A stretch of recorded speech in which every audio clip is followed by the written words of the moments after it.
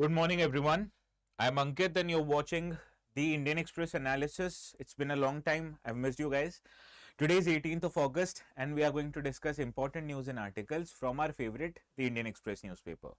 We'll start off our today's discussion by understanding the GST reforms that the Prime Minister Modi has promised in his Independence Day speech.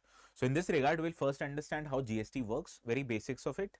Then we'll understand what kind of reforms government is trying to bring in the GST regime. And then we'll understand how these reforms will actually be implemented on ground. Can central bank on its own decide on changes in GST? The answer is no. That happens through GST Council.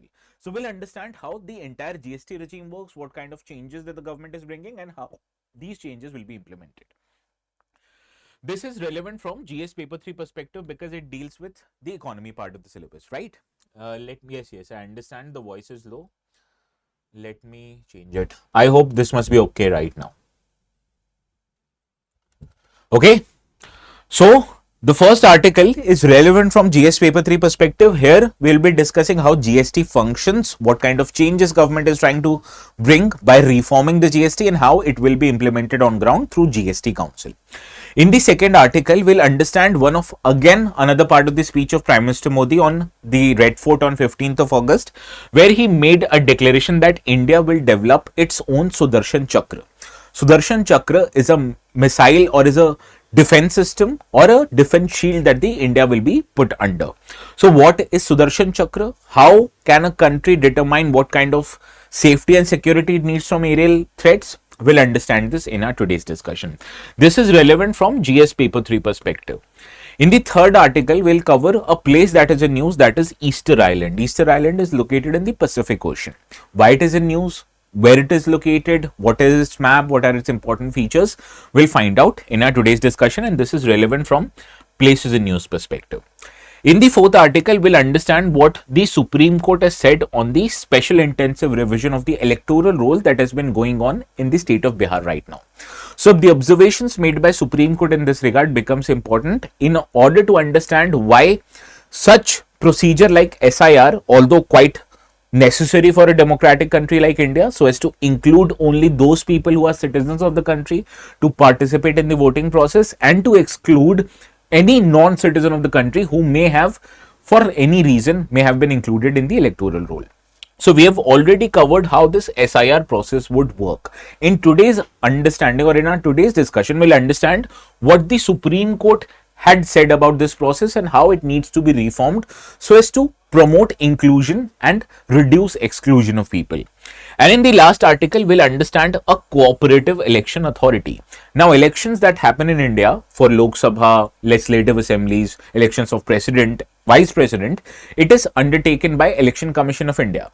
Whereas the elections that happens in cooperative societies, that is taken care of by cooperative election authorities. So what are these authorities, how they function, how does cooperative society in general function? We'll discuss it in our today's discussion.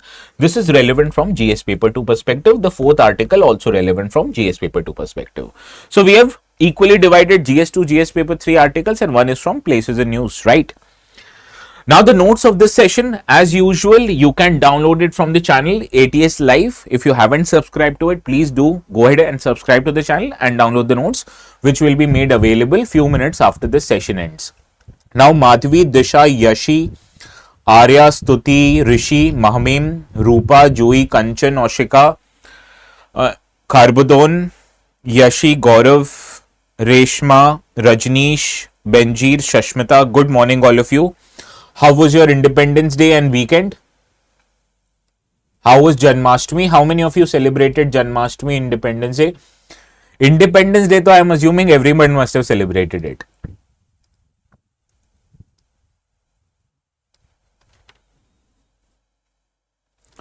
Now let us start with the first article of the day. This I've taken a screenshot from the website of the Indian Express, but it has been covered continuously since Friday, Saturday, Sunday, now Monday also. I have seen in the front page there's an article regarding GST reforms.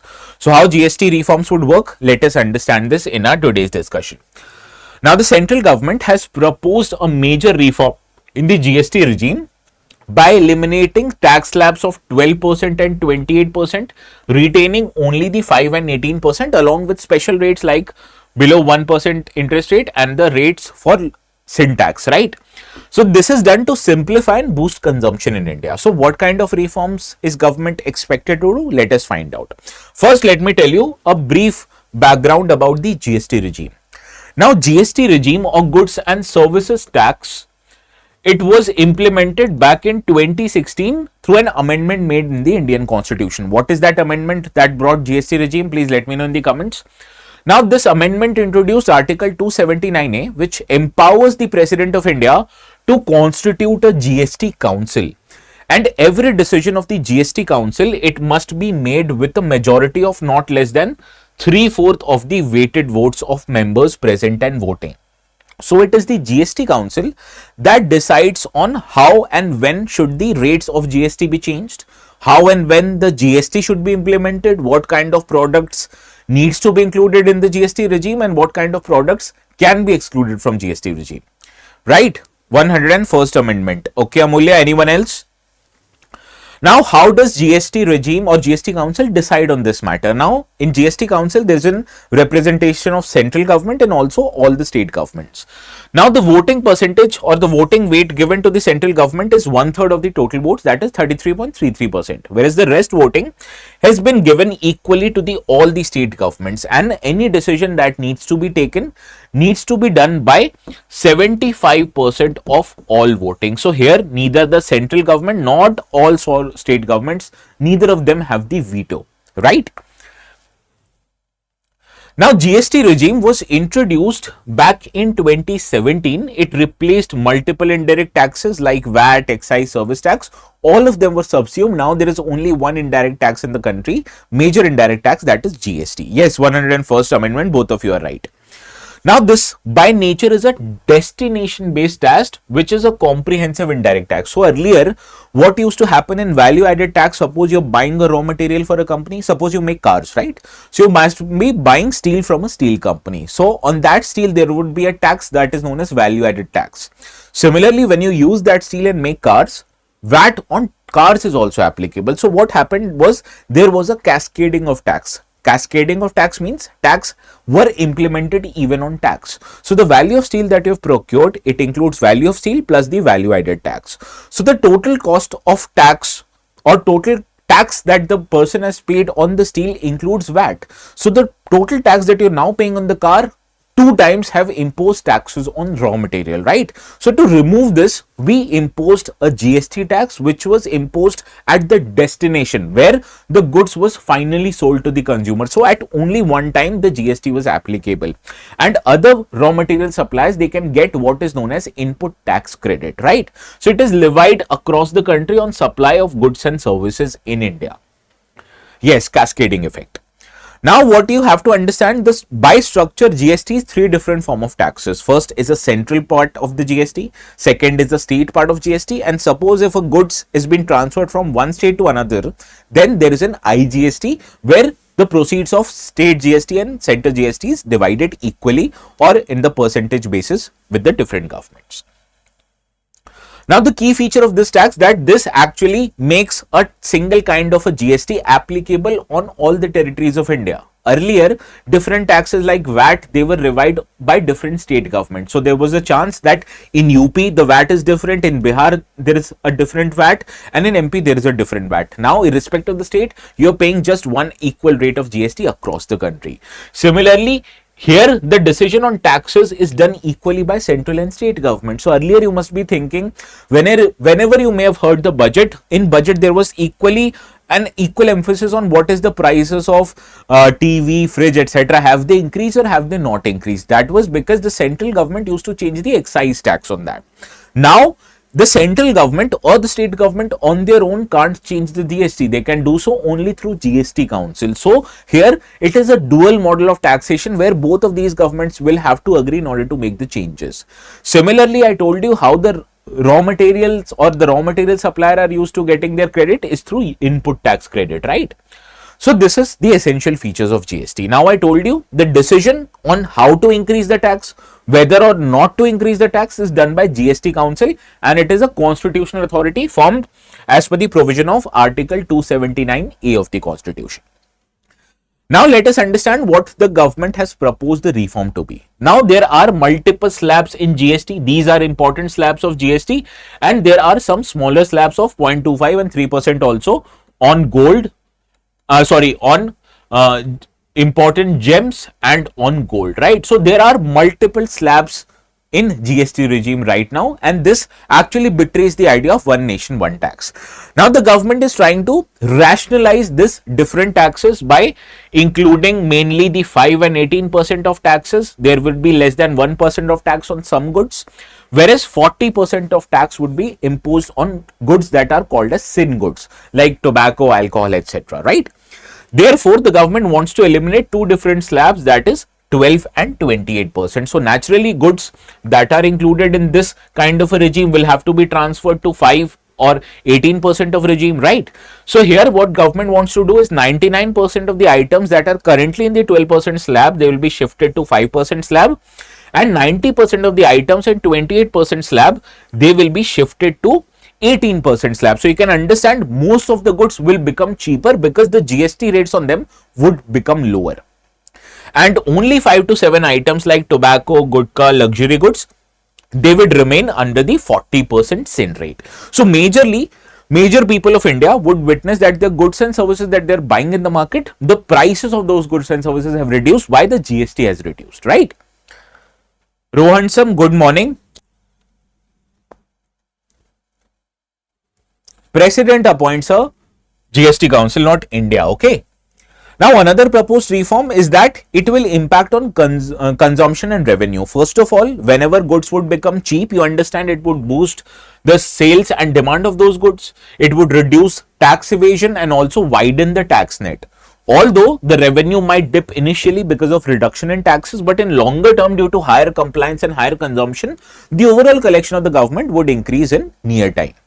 Similarly, it will also increase relief on aspirational item. Now you can assume items like air conditioner, it is very essential in greater part of the country for a majority period of the year. Why? Because India is a country which has a tropical climate. So ideally, the items like air conditioners, refrigerators should be very cheap, but that was not the case. So government is now looking to reduce the GST on these items from 28 to 18%. So obviously these items would be, which has an aspirational value, would become cheaper and therefore become more affordable for the people now. Similarly, it will also is looking to ease the process of compliance. You can use the technology to simplify the process of registration so that now more people get registered to GST regime. You will be allowed to pre-fill the returns just like the IT regime. Therefore, it reduces the chances of error and mismatches in the IT returns and the GST returns. Similarly, the government is also looking to process the refunds faster so that it improves the cash flow of the businesses. And the overall aim of the government is to implement a simpler, a next generation GS system which would promote ease of living and ease of doing businesses. And this decision or this measurement of reform is expected to be deliberated in the next GST Council meeting, which is expected to happen in the months of September and October. And therefore, if the GST Council agrees, which it will, then this will be rolled out within this financial year itself. Understood? So this is what the government is trying to do with respect to the GST Council. Now, let us understand few more details about the GST Council. It is headed by Union Finance Minister. The Union Finance Minister of the state who is responsible for revenue is acting as the vice chairperson, and the minister in charge of finance or taxation of any state government also acts as the member. Similarly, any person can be nominated by the governor of the state where there has been a proclamation of emergency or the president's rule. So which state in India is under president's rule right now? Whose governor would appoint a member in the GST Council? Please let me know quickly. Now, what GST Council does? It decides on tax, cesses and surcharge which we levied on the center and state, which would eventually get merged into GST. It also decides which goods and subjects will be exempted from GST. Yes, Manipur. Can anyone let me know where, on what kind of goods there is 0% GST? There are very common goods.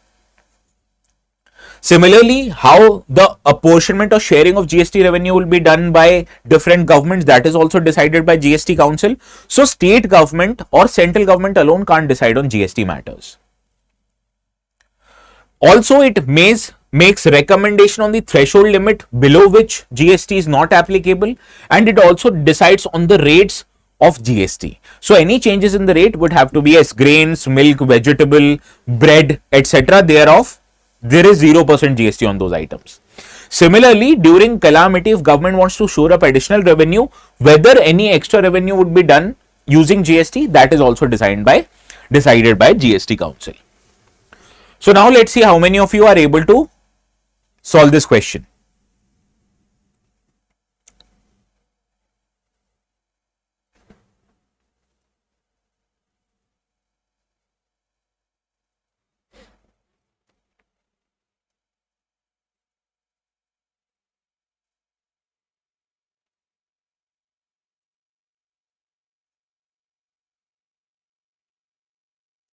Well, is there a thing called artificial honey or analog honey for that matter?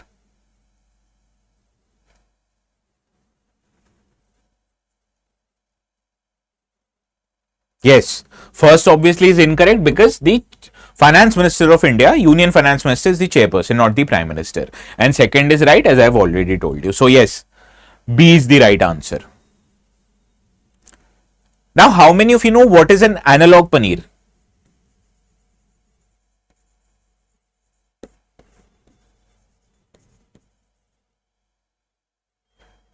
How many of you like paneer? Tell me.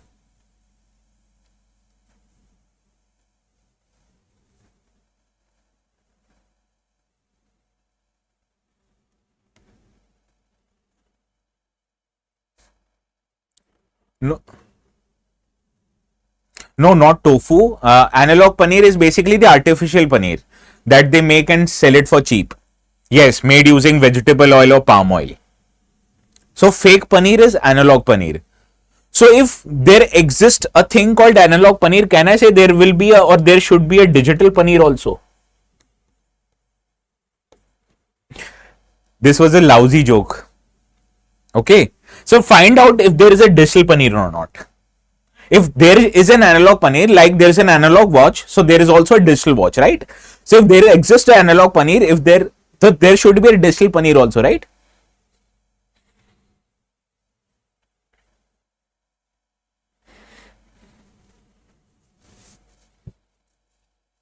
So now let us deal with the second article about Sudarshan Chakra defense shield that the Prime Minister Modi has promised in his Independence Day speech. Okay. So on his in 79th Independence Day speech, the Prime Minister announced Mission Sudarshan Chakra. Okay. So what is this Mission Sudarshan Chakra? Let us find out. Now this is a national security mission that will help India build an advanced multi-layered defense shield around its critical installations. Any idea what are critical installations of India?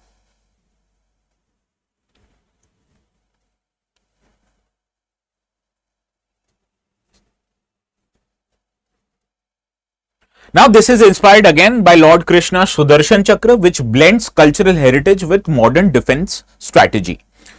So many missiles, many kind of a military equipment, they get their names from ancient Indian cultural heritage. So there is this Tejas, there is this Gajraj, there is this Sudarshan Chakra, right? There is this Prithvi, Agni, right? Critical infrastructure are basically infrastructure that you require for your country and your economy to function. So your stock exchanges, headquarters of the government agencies, Rashtrapati Bhavan, important power plants, be it nuclear, thermal, military installations, airports, right, bridges, these are critical infrastructure. So critical infrastructure or installation does not always necessarily mean military infrastructure. It also includes normal infrastructure which is necessary for your nation's economic as well as financial health.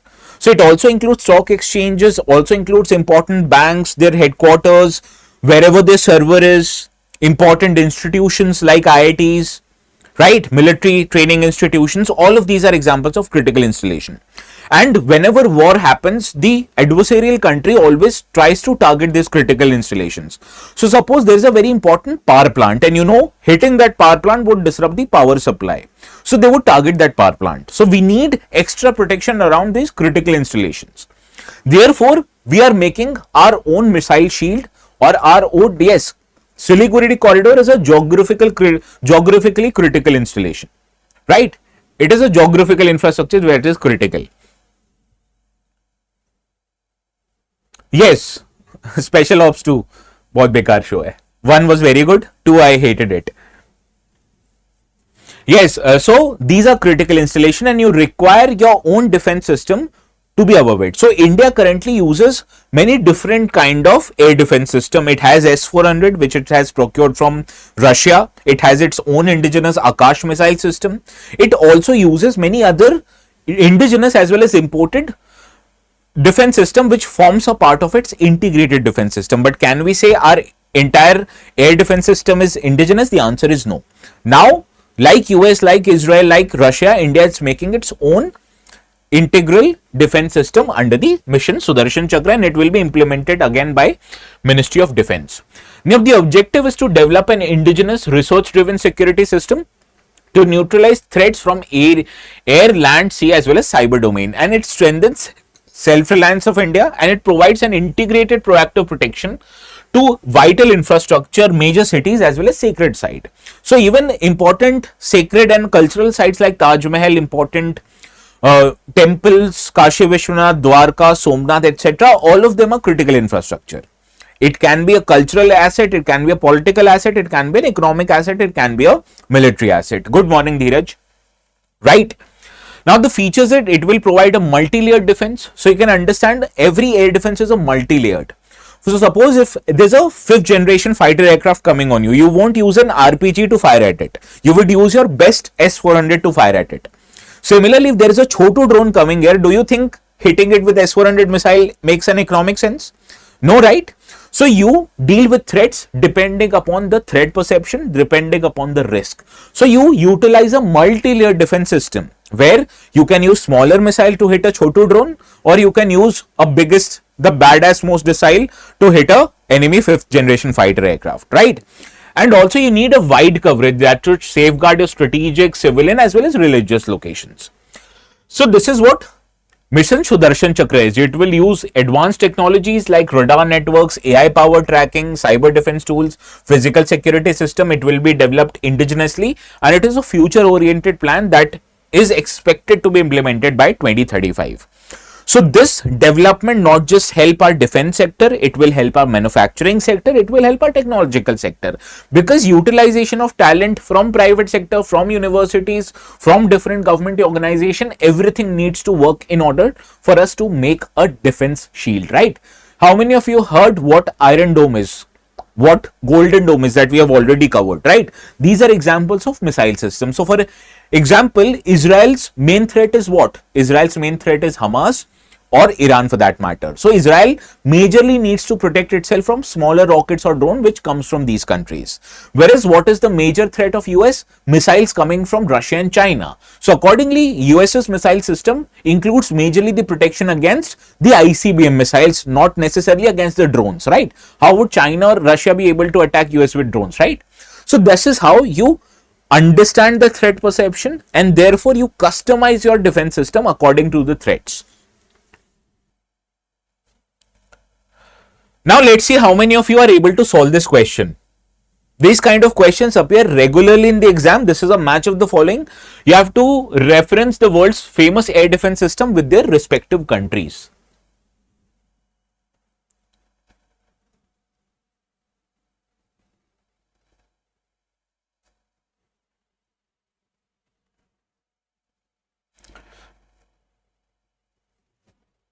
Well, the options मैं adjust करना भूल गया.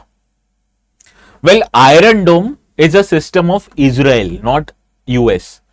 US's system that will come up is called as Golden Dome.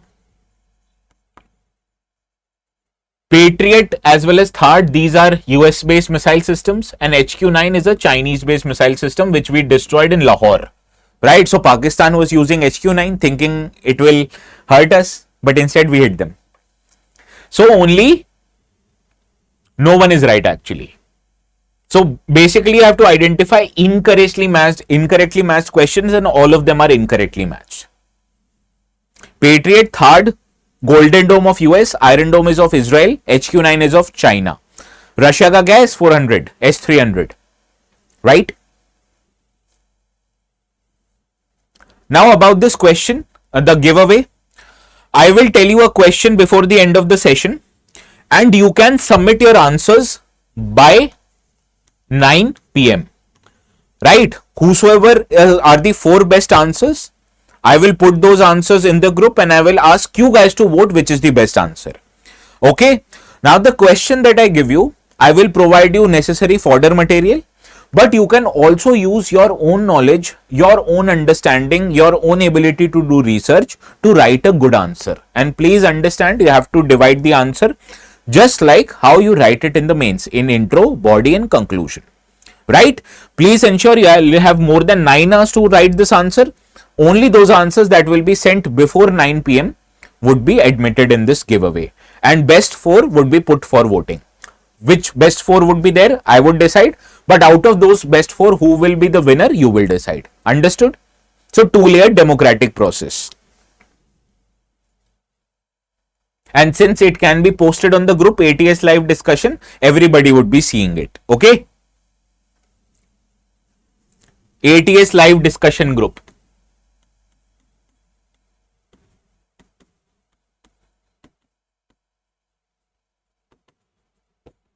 Here you have to post the answers.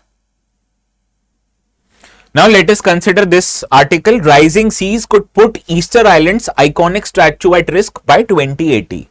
So what or where is Easter Islands? Now rising sea could put Easter Island's iconic statue at risk. This is the study is saying. Now Easter Island is an island located in the southern part of Pacific Ocean near the islands of Polynesia and quite close to the western coast of South America. This island is located in easternmost part of Polynesia. So this area in total is called as Polynesian Islands. Now after the session, just Google French Polynesia, see how picturesque it is. Now it is situated that this Easter Island, it is situated in the southeastern part of Pacific Ocean, and the political status is it functions not as a sovereign country but a special territory of the country Chile. Chile is this country, right? Chile, lemon wala Chile. Okay, and the capital of Easter Island is Hangaroa. Now the geographical features of Easter Island, that it is created by 3 extinct volcanoes. The name of these volcanoes, Terwak, Poiken, Ranokau. You don't have to remember it, just be aware of it. And the climate that it experiences is a subtropical maritime climate. So obviously summers would be warm here and winters would be very mild. Very similar to the climate that are prevailing in the tropical islands. So even our Andaman and Nicobar Islands have a similar kind of a weather. Winters are very mild, although almost non-existent. Now this is famous for Rapa Nui National Park, which is a UNESCO World Heritage Site, and it contains 15 iconic Moai statues. Like these are the statues, right, which are there on Eastern Island, and it is there in the Rapa Nui National Park, which is a UNESCO World Heritage Site. Okay, so this is what Easter Island is famous for. Now try to solve this question. This is a question similar to PYQ. Sorry, not PYQ.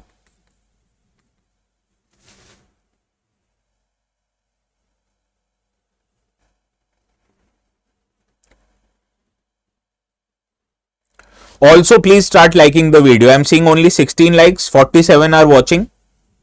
So start liking now. जिन्होंने नहीं किया है, like कंजूस likers. 32 now it says. More, I want more.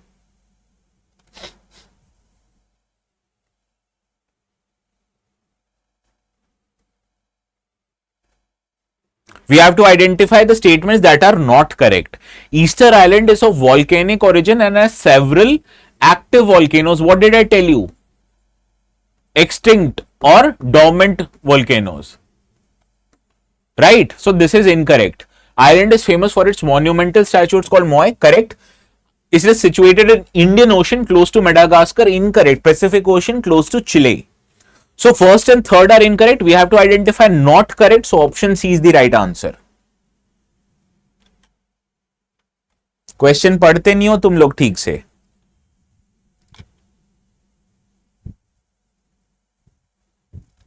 $48 are watching, still 41 likes. कौन कौन नहीं किया है? कंजूस लोग.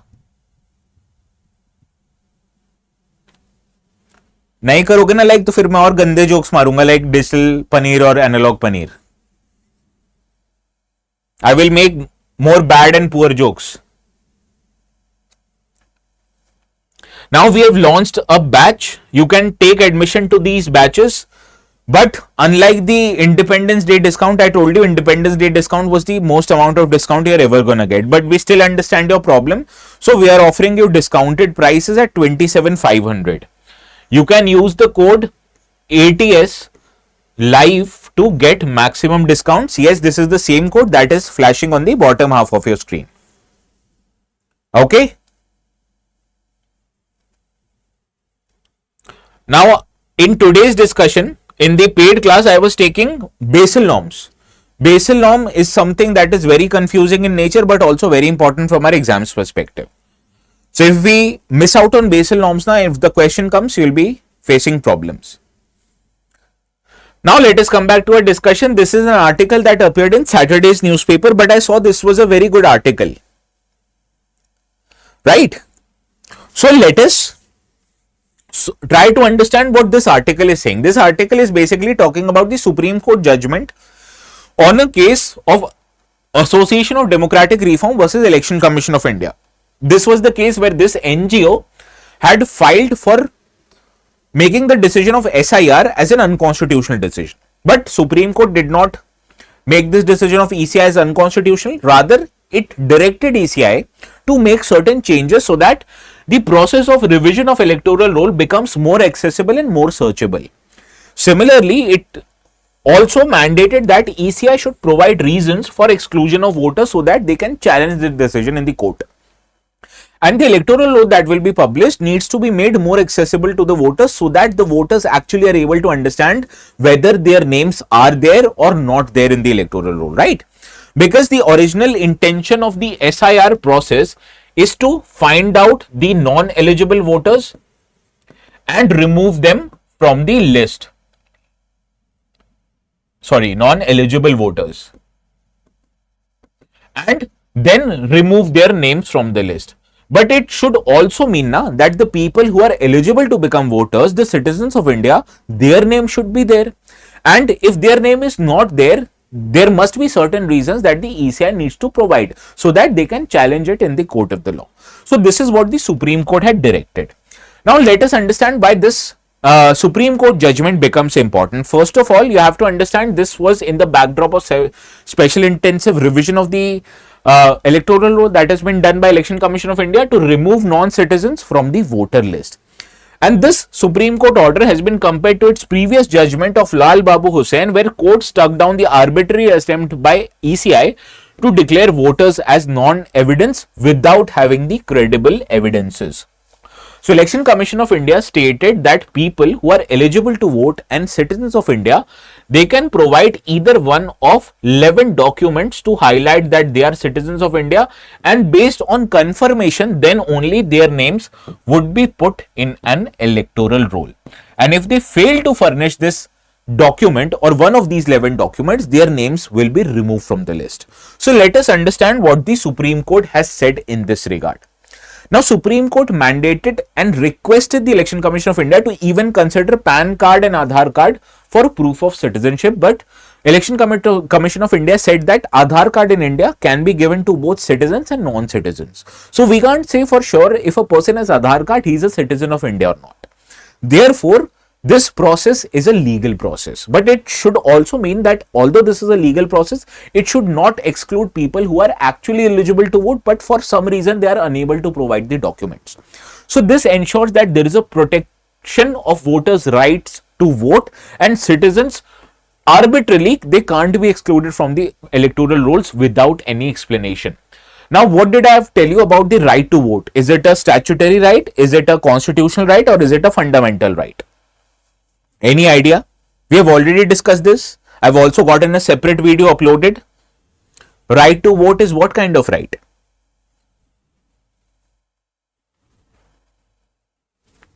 Statutory right. Although right to vote is mentioned in Article 326, but why is it not constitutional right? Because Article 326 says anyone over and above the age of 18, they can vote provided that they are not disqualified by a law of parliament. So a law is deciding whether you're disqualified to vote or qualified to vote. Therefore, it is a legal right. For more information, there is a separate video in the video part. You can go to that video after the session ends and understand why it is a legal right. Okay. So statutory right or legal right, same thing. It is not a constitutional nor a fundamental right. Similarly, EC is compelled to disclose the reasons for exclusion, preventing misuse and ensuring that the process is transparent, and EC is accountable to the ultimate voters of the country. It shifts the focus from questioning citizenship to ensuring that the voting rolls and electoral rolls are accurate in India, and it also ensures that the institutional balance in India is maintained, that Supreme Court of India is able to look after any arbitrary decision of anybody, be it ECI also, right? Even if ECI is a constitutional body, still it is not above the law.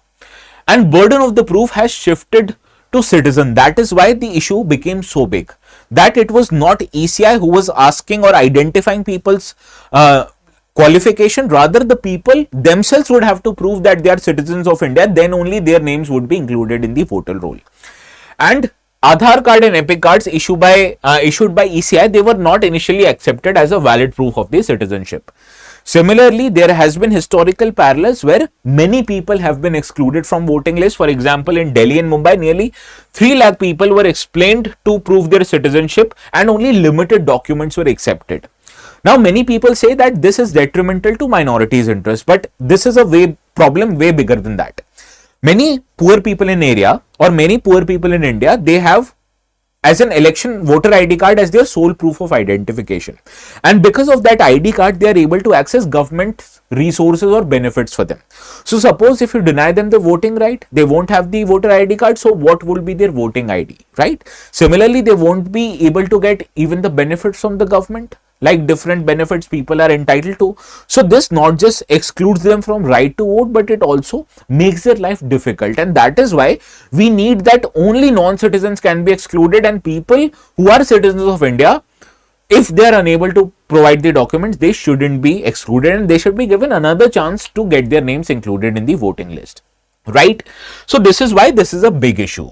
Now, the significance of this judgment, it reinforces the principle of universal suffrage. India, as soon as become independent, it made voting right available to all. Earlier, it was over and above 21 years of age, but because of a constitutional amendment, we reduced it from 21 to 18 years of age. What was that constitutional amendment? Can anyone let me know?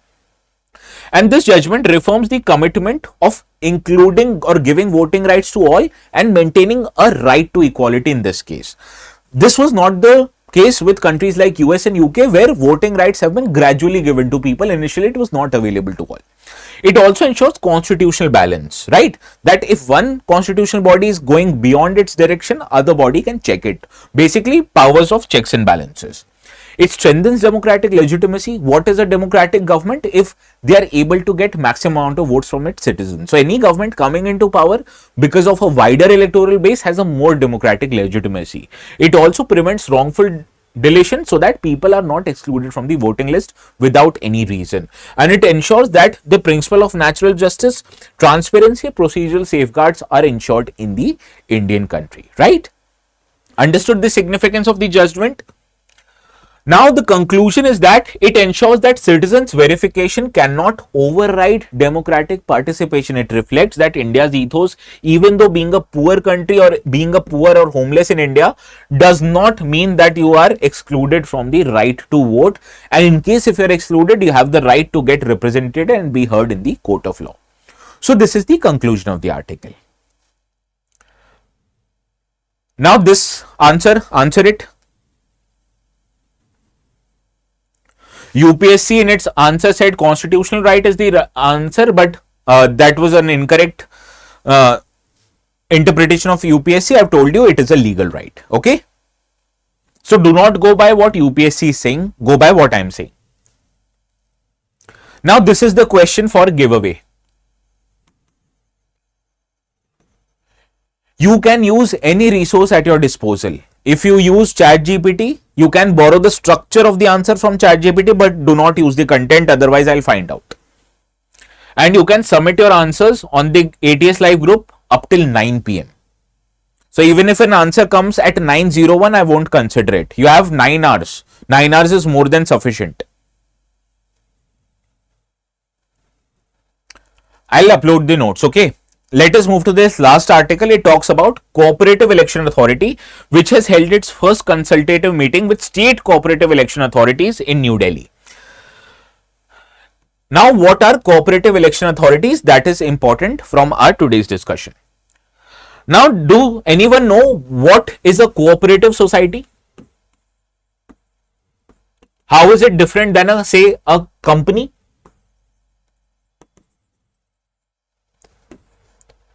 What is a cooperative society?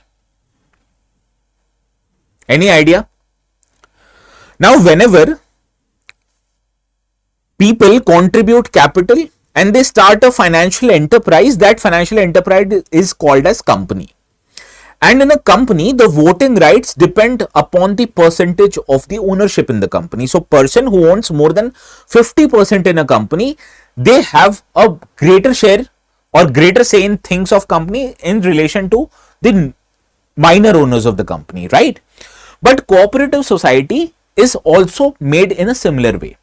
People like you and I, we can form a cooperative society by pooling our money, and that is called as not as shareholders of the cooperative society, rather members of the cooperative society. Now, the main difference between a company and a cooperative society is that in a company, the voting share of the shareholders depend upon their ownership percent. The greater is the ownership, the more is the say in the affairs of the company. Whereas in cooperative society, irrespective of the amount of capital you have contributed to, the members have equal voting rights. So all the members in a cooperative society would have one vote each, just like a democratic society. So in a democratic country like ours, rich, poor, man, woman, everyone have equal voting right, that is one person, one vote. Similarly, cooperatives also, members have equal voting right. Now, another difference between cooperative and a company is that company works on the principle of profit maximization. Cooperatives, it works on the principle of maximization of the welfare of its members. Can anyone let me know the examples of famous cooperatives in India? Cooperative society can function in many areas. It can function in agricultural sector. It can function in manufacturing sector. It can function in services sector. Whereas in services, they can also start a bank. Can anyone give me an example of famous cooperative societies? Yes, Lijjat Papad, very famous. Anyone else? Amul, yes, Amul is an example of agricultural cooperative society. Can anyone let me know which is world's biggest cooperative, which is also manufacturing company? Have you heard about IFCO? It is the world's largest cooperative. It manufactures which product? Any idea?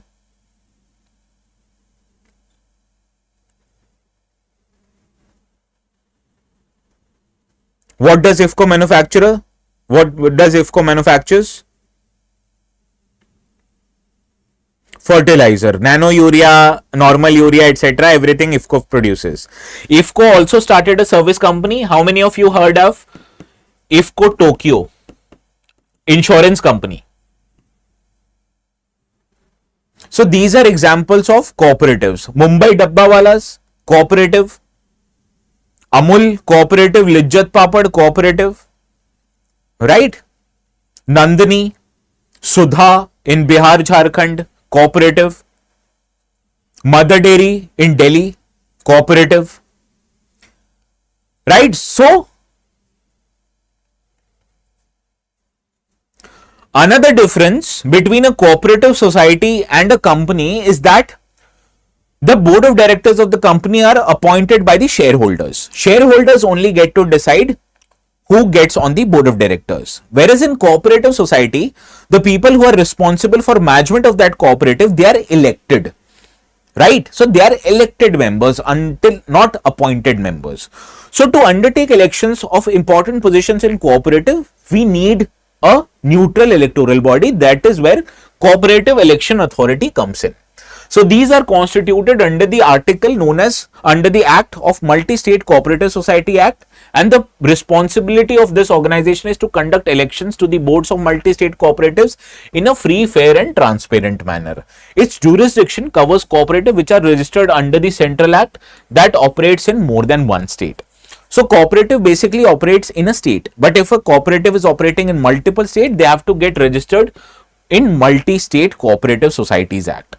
Whereas if you are operating only in one state, there you can get it registered with the State Cooperative Act. Okay. And Cooperative Election Authority, it manages the elections of multi-state cooperatives. Now the function of this body is to prepare, update the electoral rules for cooperative elections. Obviously, it issues election notifications and oversees the entire election process. It appoints a returning officer and other staff for conduction of this election, and it ensures that this cooperative is or elections are held as per the rules, right? Now it is headed by a chairperson who is appointed by the central government and is assisted by the members for election management. Similarly, for state level coordination, it works with state cooperative election authorities for societies that have both state and multi-state operations. Okay. So cooperatives like Amul, they function in different states of the country. Therefore, they are a multi-state cooperative. So whenever elections to Amul's office would held, it will be overseen by the Cooperative Election Authority. Now, the significance of having such a body is it ensures democratic functioning, it ensures representation of members in governance, and it prevents disputes and malpractices in the cooperative election, which can happen in case there is a no neutral watchdog in it. Now, this is a question that appeared in the UPSC exam on cooperatives. Now, cooperative societies, when they are functioning in banking sector, they work in a hierarchical manner. So at the bottom most is the primary agricultural credit societies. Now you understand cooperative societies, they work on contribution by members, and the members itself, they can also take loans from cooperative societies. But what if suppose members contribute 1 lakh to it and they demand 2 lakh rupee loans? So how would the PACS get money? They would get money from the district central cooperative banks. And if district central cooperative banks do not have enough credit or money, they can approach the state cooperative banks. And who can provide funds to state cooperative banks? It is the NABARD. Okay.